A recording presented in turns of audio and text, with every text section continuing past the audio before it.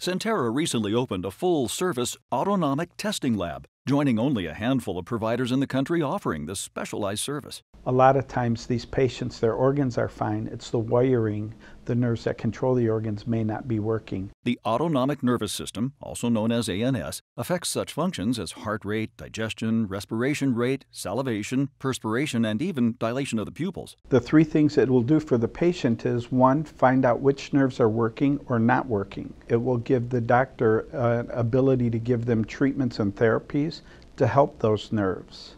The third thing is we'll tell them what to look for that are potential causes for those nerves not working. Autonomic testing helps determine how well the body is regulating blood pressure and heart rate, and sometimes other involuntary functions of the ANS. One of the key elements that will set the Sentara Autonomic Lab apart from many others is the addition of thermoregulatory sweat testing, called TST.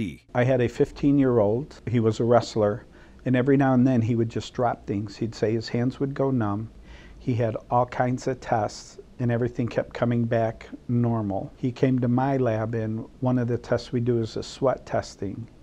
And he actually didn't sweat from below his wrist in his feet. So the nerves weren't working, but we were able to prove it. Then they tested him because one of the causes could be diabetes.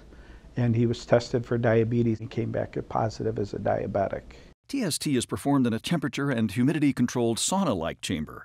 The patient lies on a table and is covered with a chemical powder that changes color in the presence of moisture, such as sweat. We have patients who come here from all over the United States for testing because of the reputation of our lab.